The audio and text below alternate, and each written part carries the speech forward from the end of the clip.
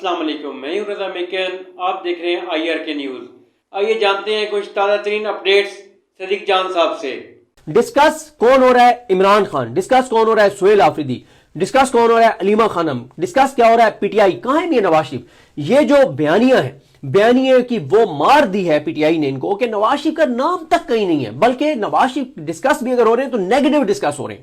نواز شریف کا بیان کوئی نہیں ڈسکس کر رہا، ہر کوئی کہہ رہا تھا یہ رنڈی رونا بند کرو، 2017 کا رنڈی رونا بند کرو۔ اگر اوقات اور حیثیت ہے، اگر سیاسی طور پہ اتنی اوقات ہے تو اوقات دکھاؤ اپنی اور جا کے اور کرو احتساب جن کا تم کہتے ہو کہ انہوں نے میری حکومت گرائی تھی۔ یہ رنڈی رونا بند کرو۔ عوام کے ساتھ کیا کر دیا آپ نے پچھلے 5 سال میں؟ آپ نے برباد کر دیا ملک کو۔ ایکسپورٹس دیکھ لیں، آپ ریمیٹنسز دیکھ لیں، وہ اس لیے بڑے تھوڑے سے کہ کیونکہ 30-40 لاکھ لوگ پاکستان چھوڑ گئے، وہ بھی اس لیے بڑے۔ باقی ریمیٹنسز کے علاوہ آپ کا کیا ہوا؟ آپ کی بے روزگاری پاکستان کی تاریخ کی بلند ترین سطح پر، انسرٹنٹی تاریخ کی بلند ترین سطح پر، غربت تاریخ کی بلند ترین سطح پر، فیکٹریاں بند ہو رہی ہیں، ملیں بند ہو رہی ہیں، ہر دوسرا پاکستان چھوڑ کے جانا چاہتا ہے، جو جا رہے ہیں ان کو ایئرپورٹس کے اوپر اتارا جا رہا ہے، وہ الگ سے میں بات کروں گا۔ تو یہ ساری چیزیں، تو بیانیہ جو ہے دباؤ بڑھا ہے، بیانیہ بنا ہے، انٹرنیشنلی بیانیہ بنا ہے، پورے ملک کے اندر بیانیہ بنا ہے۔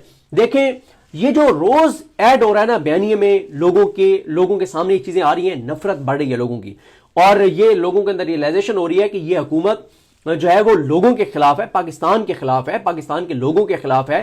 اب مجھے بتائیں یہ جو سینکڑوں ہزاروں لوگوں کو پچھلے چند ماہ میں آف لوڈ کیا گیا ہے، کیا وہ ہماری طرح ان کا مسئلہ تھا؟ چلیں ہمیں تو آپ آف لوڈ کر دیتے ہیں، ہمیں تو نہیں جانے دیتے۔ سورا برکت کو تو آپ نے گرفتار کر لیا، لیکن یہ جو ہزاروں آپ نے پاکستانیوں کو آف لوڈ کیا، اس لیے کیا آپ نے کہ وہ کوئی اس حکومت کے خلاف بولتے تھے، اس نظام کے خلاف بولتے تھے، وہ کوئی یوٹیوبر تھے، وہ کوئی ولاگ کرتے تھے، وہ کوئی ٹویٹس کرتے تھے؟ نہیں۔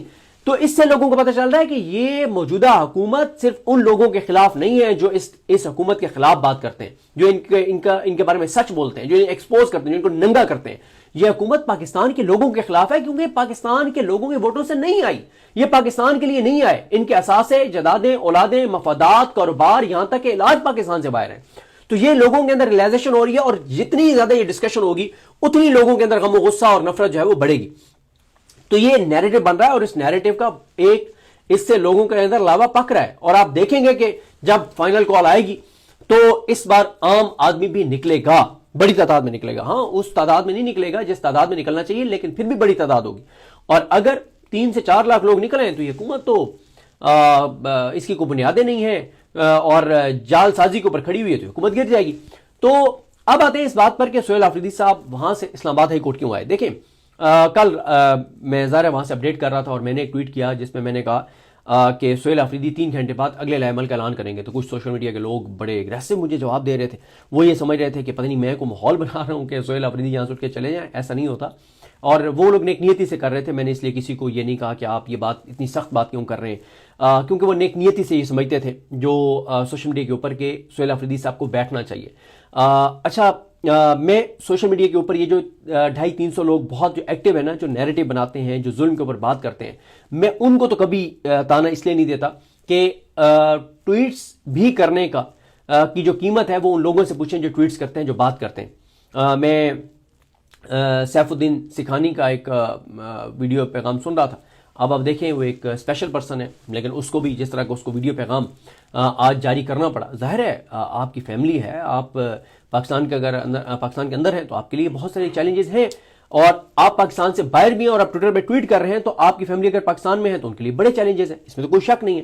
تو میں ان کو کبھی تانا نہیں دیتا جو 200-250 لوگ ٹویٹر پہ بہت ایکٹیو ہیں، کلمہ حق کہہ رہے ہیں، کلمہ حق کہہ رہے ہیں، کلمہ حق کہہ رہے ہیں، اور وہ اس کی قیمت ادا کر رہے ہیں، ان کی فیملیز ادا کر رہی ہیں۔ میں ان کو تانا، وہ نیک نیتی سے یہ سمجھتے ہیں، لیکن کیونکہ میں وہاں پر موجود تھا، ہم وہاں پر موجود تھے، میں تھا، سمیع ابراہیم صاحب تھے، رضوان غلزئی صاحب، عیسیٰ نقوی صاحب، اسد اللہ خان صاحب، اسد چودھری، فیضان اشرف، غلام مصدق صاحب، سارے، رضی طاہر صاحب، ہرمیت سنگھ، یہ سارے، اور بہت سارے ہمارے جو ڈیجیٹل میڈیا کے دوست جو اڈیالہ کو کور کرتے ہیں، حسنین رفیق، نیا پاکستانی صاحب، عثمان چودھری، مختار حسن، تو حیدر سعید وہاں پہ ہوتے ہیں، شاہ جی وہاں پہ ہوتے ہیں، اور ایک پوری لسٹ ہے۔ ہم تو کبھی کبھار جاتے ہیں، وہ لوگ تو ریگولر وہاں پہ جاتے ہیں۔ تو مسئلہ یہ ہے کہ ہم وہاں پر موجود تھے، ہمارے سامنے چیزیں تھیں۔ دیکھیں یہ جذبات کی حد تک یہ بات ٹھیک تھی کہ سہیل آفریدی کو وہاں پر بیٹھ جانا چاہیے، لیکن ریالٹی یہ تھی کہ موسم بہت شدید تھا، یہ کوئی اناؤنسڈ دھرنا نہیں تھا، اس کی پہلے کوئی تیاریاں نہیں تھیں، اور دوسری بات یہ ہے کہ وہاں پہ پی ٹی آئی کی سینٹرل لیڈرشپ نہیں آئی، پی ٹی آئی نے کوئی کور کمیٹی کا ہنگامی اجلاس نہیں بلایا, کوئی پولیٹیکل کمیٹی کا اجلاس نہیں بلایا, کوئی ان کی لیڈرشپ نے کوئی ہنگامی پریس کانفرنس نہیں کی, کوئی ایکٹیویٹی جنریٹ نہیں کی. اگر پارٹی وہاں پر ساری آ جاتی اور اس کو اون کر لیتی اس چیز کو, تو پھر یہ چل سکتا تھا. اکیلے سہیل آفریدی اس سے زیادہ اس کو کیا چلاتے, اور اگر وہ پورا دن وہاں پہ بیٹھے بھی رہتے تو اس نظام کو تو کوئی فرق نہیں پڑنا تھا. لیکن سہیل آفریدی جو ہے, انہوں نے جو پوری رات ایک مومنٹم بنایا, ایک دباؤ بنایا, اس پورے دباؤ کو انہوں نے چینلائز کر کے عدالتوں کے کندھوں پر آ کے مارا ہے, عدالتوں کے سر پہ آ کے مارا ہے, عدالتوں کے اوپر اس بوجھ کو گرایا ہے. کیوں؟ انہوں نے کہا کہ میں عدالتی احکامات کے ساتھ وہاں پر گیا تھا, مجھے نہیں ملنے دیا گیا. انہوں نے آ کے عدالتوں کو ایکسپوز کیا ہے. جب چیف جسٹس اسلام آباد کو ان کو نہیں ملے تو وہ ایکسپوز ہوئے چیف جسٹس اسلام آباد کو, جسٹس ڈوگر.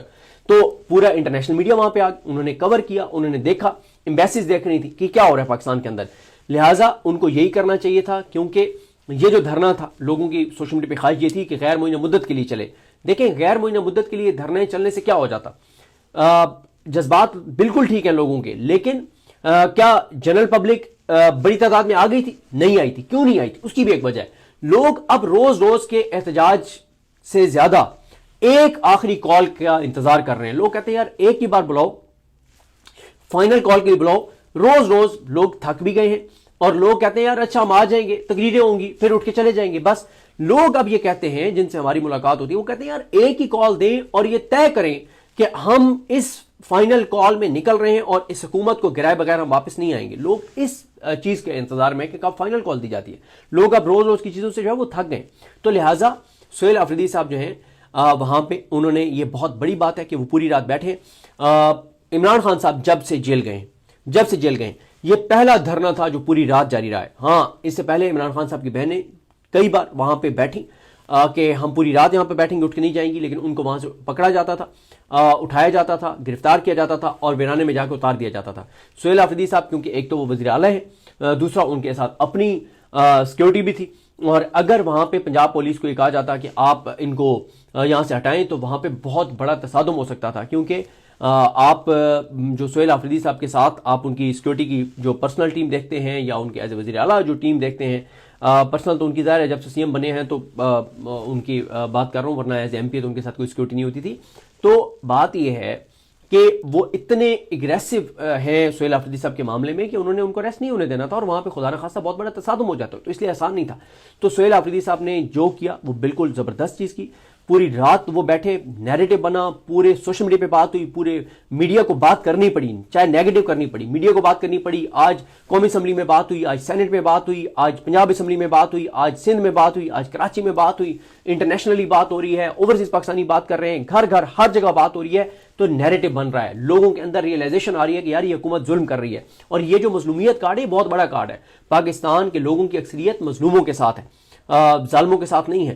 اور اس پہ کچھ ویڈیوز میں بات کروں گا آگے. جو قرآنی صبر کے بارے میں نعمان صاحب نے بتایا, وہ کلپ بہت وائرل ہے, میں نے بھی اس کو ٹویٹ کیا تھا.